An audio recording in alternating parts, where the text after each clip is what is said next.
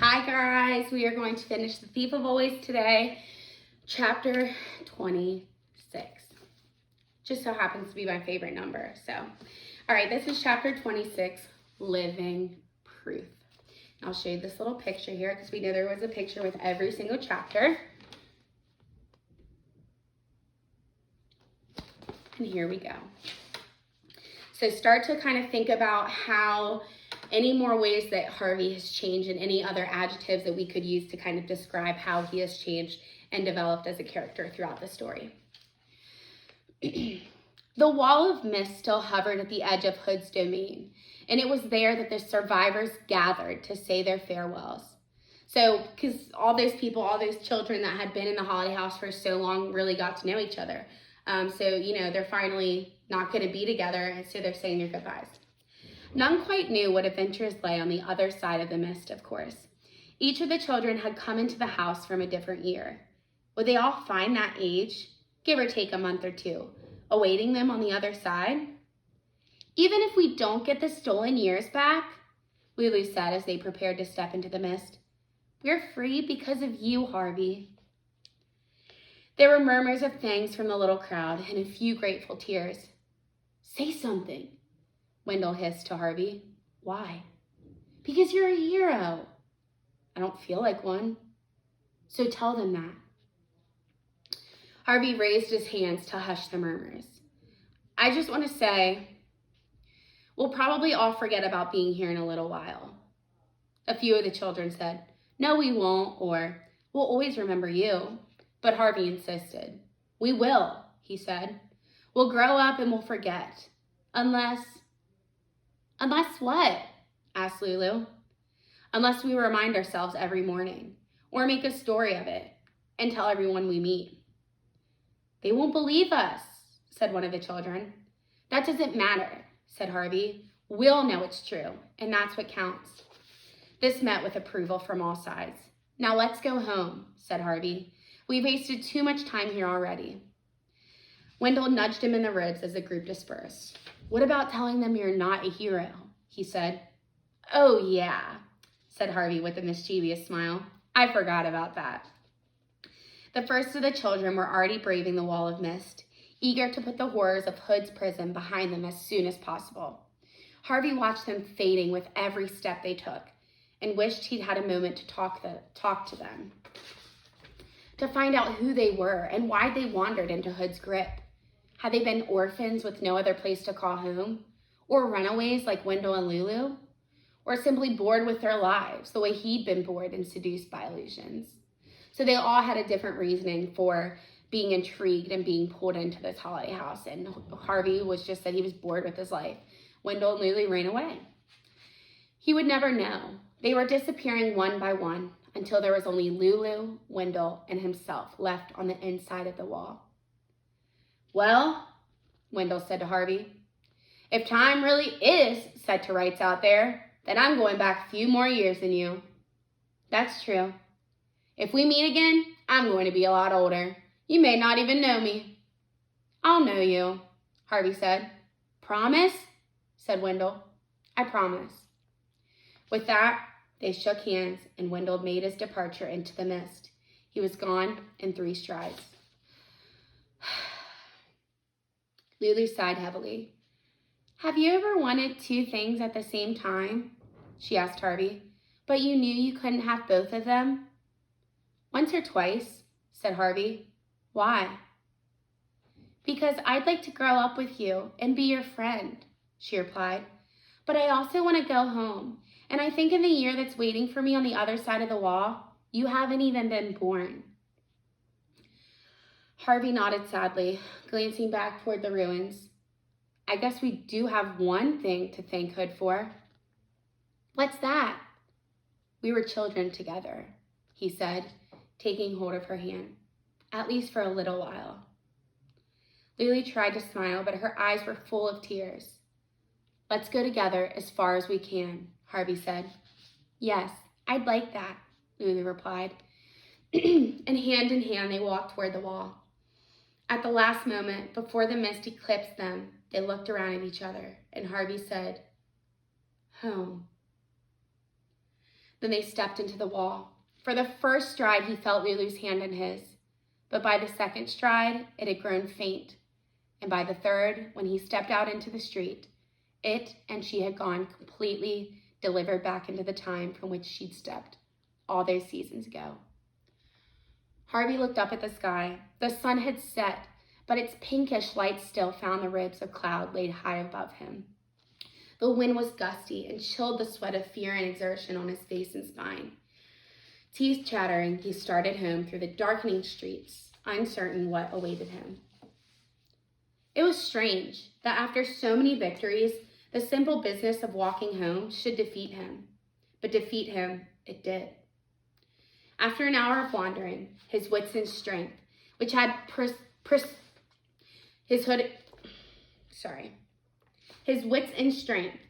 preserved him from every terror hood could conjure, failed him. His head began to spin, his legs buckled beneath him, and he fell down on the sidewalk, exhausted. Luckily, 2 passers-by took pity on him and gently asked him where he lived. It was dangerous, he vaguely recalled, to trust his life to total strangers, but he had no choice. All he could do was to give himself over to their care and hope that the world he'd returned to still had a little kindness in it. He woke in darkness, and for one heart-stopping moment, he thought the Black Lake had claimed him after all, and he was down in its depths, a prisoner.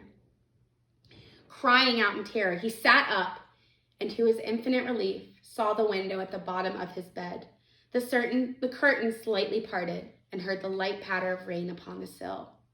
He was home. He swung his legs out of bed and stood up. His whole body ached as though he'd gone 10 rounds with a heavyweight boxer, but he was strong enough to hobble to the door and open it. The sound of 2 familiar voices drifted up from the bottom of the stairs. "I'm just happy he's home," he heard his mom say. "So am I," said his dad, "but we need some explanations." "We'll get them," his mom went on, "but we shouldn't push him too hard." Clinging to the banisters as he went, Harvey started down the stairs while his mom and dad continued to talk. "We need to find out the truth quickly," his father said. "I mean, suppose he was involved with something criminal." "Not Harvey." "Yes, Harvey. You saw the state of him. Blood and dirt all over him. He's not been out picking roses, that's for sure." At the bottom of the stairs, Harvey halted, a little afraid to face the truth. Had anything changed? Or were the 2 people just out of sight still old and frail? He went to the door and pushed it open. His mom and dad were standing with their backs to him at the window, staring out at the rain. "Hello," he said. They both turned at the same moment, and Harvey let out a whoop of joy to see that all the griefs and horrors of the house had not been endured in vain. Here was his prize. Staring down at him, his mother and father looking just the way they had before, Rictus had come for him. The stolen years were back where they belonged, in his possession. "I'm a good thief," he said, half to himself. "Oh, my darling," said his mom, coming to him with open arms. He hugged her first, then his dad. "What have you been up to, son?" his dad wanted to know. Harvey remembered how difficult it had been to explain everything last time. So instead of even trying, he said, "I was just wandering around and I got lost. I didn't mean to get you upset. You said something about a thief." "Did I?" "You know you did," his dad said sternly. "Well, are you a thief if you're taking something that belongs to you in the first place?" Harvey asked him. His dad and mom exchanged puzzled looks. "No, honey," his mom said. "Of course not." "Then I'm not a thief," Harvey replied. "I think you owe both of us the truth, Harvey," his mom said. "We want to know everything." "Everything?"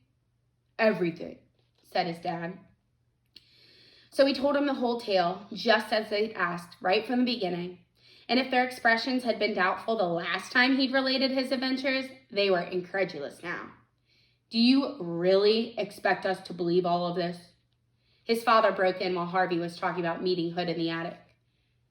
"I can take you to the house," Harvey said, "or what's left of it." "I couldn't find it last time because it hid himself from grown-ups. But Hood's gone, so there's no magic left to hide it with. Once again, his mom and dad exchanged baffled looks. If you can find this Hood house, his father said, we'd both like to see it.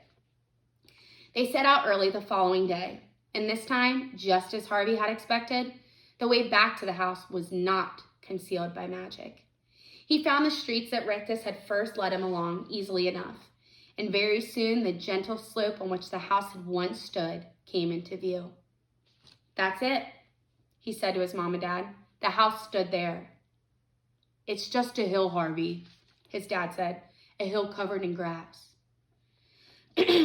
It was indeed a surprise to see that the ground on which so many terrible deeds had been done had greened so quickly.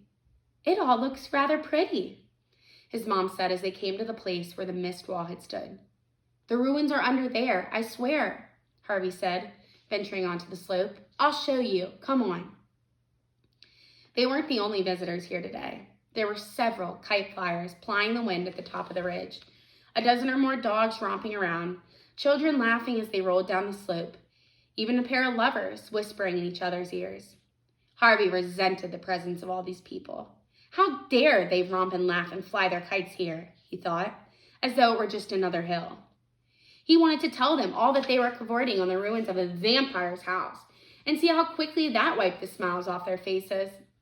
But then, he thought, perhaps it was better this way, better that the hill not be haunted by rumors and stories. The name of Hood would probably never cross the lips of these lovers and kite flyers, and why should it? His evil had no place in happy hearts. Well, said Harvey's dad as the three of them climbed the slope, this house of yours is well buried. Harvey went down on his haunches and dug at the dirt with his bare hands. The ground was soft and gave off the sweet smell of fertility. Strange, isn't it? Said a voice.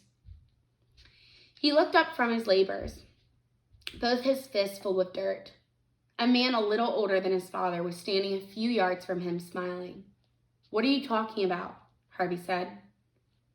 The flowers, the ground, he said. Maybe the earth has its own magic. Good magic, I mean. And it's buried Hood's memory forever. You know about Hood? Harvey said. The man nodded. Oh, yes. What exactly do you know? Harvey's mom asked. Our sons here have been telling us such strange stories. They're all true, the man said. You haven't even heard them, Harvey's dad replied. You should trust your boy, the man said. I have it on the best authority that he's a hero. Harvey's dad stared at his son with a twitch of a smile on his face. Really? He said. Were you one of Hood's prisoners? Not me, the man said. Then how do you know? The man glanced over his shoulder, and there at the bottom of the slope stood a woman in a white dress. Harvey studied this stranger, trying to make out her face, but her wide-brimmed hat kept her features in shadow. He started to get to his feet, intending to take a closer look, but the man said, Don't. Please. She sent me in her place just to say hello. She remembers you the way you are, young, that is, and she'd like you to remember her the same way. Lulu, Harvey murmured. The man neither confirmed nor denied this. He simply said to Harvey, I am much obliged to you, young man. I hope to be as fine a husband to her as you were a friend. Husband? Harvey mouthed. How time flies, the man said, consulting his watch. We're late for lunch. May I shake your hand, young sir? It's dirty, Harvey warned, letting the earth run between the fingers of his right hand.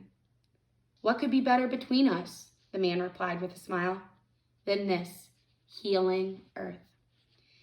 He took Harvey's hand, shook it, and with a nod to Harvey's mom and dad, hurried back down the slope. Harvey watched as he spoke to the woman in the white dress, saw her nod, saw her smile in his direction. Then they both were gone, out into the street and away.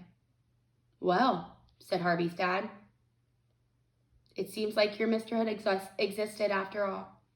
So you believe me? Harvey asked. Something happened here, came the reply. And you are a hero. I believe that. Then that's enough, said Harvey's mom.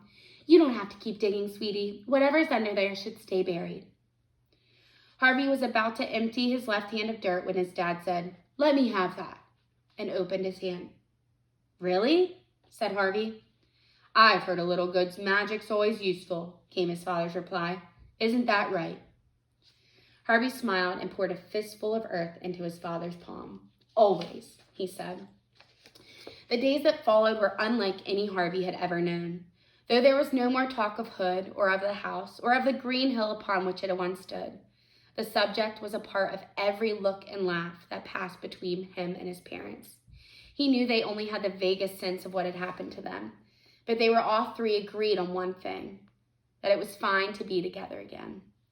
Time would be precious from now on. It would tick by, of course, as it always had, but Harvey was determined he wouldn't waste it with sighs and complaints.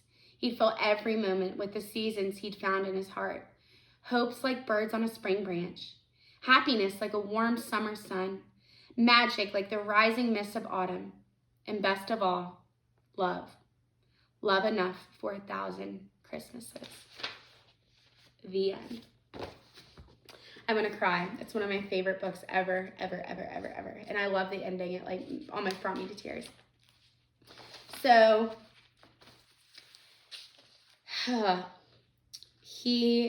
Harvey's definitely truthful now.